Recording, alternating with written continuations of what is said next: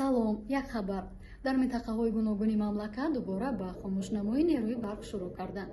Ин ҳам дар ҳолест ки ҳамагӣ 10 рӯзи пеш фармони президент Эмомалӣ Раҳмон барои бардоштани лимит ба имзо расида буд. Лимит дар ҳақиқат бардошта шуд, аммо танҳо барои чанд рӯз. бо чунин мазмун ба унвони дафтари кори Азияплюс шикоятҳо бисёр ворид мегарданд. аз ҷумла чанде аз сокинони деҳаи ҷавонони Ҳисор навиштанд бархилофи фармони президент ва дар пай идомаи уфтани чунин рӯзҳои сард дар маҳалли зистиёнҳо барқ хомӯш карда мешавад. хатлон пурра ба лимит баргаштааст. шикоятҳо аз дигар минтақаҳо низ ворид мегарданд. шабакаҳои тақсимоти барқӣ гуфтанд хомӯш намудани барқ ба чанд далели мушаххас вобаста мебошад.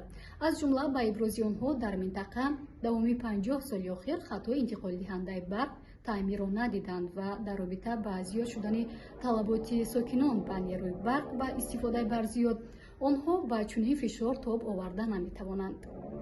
дар натиҷа ин ҳолат боиси сар задани чанде аз ҳолатҳои фавқулода мегардад. шумо нисбат ба ин масъала чӣ назар доред?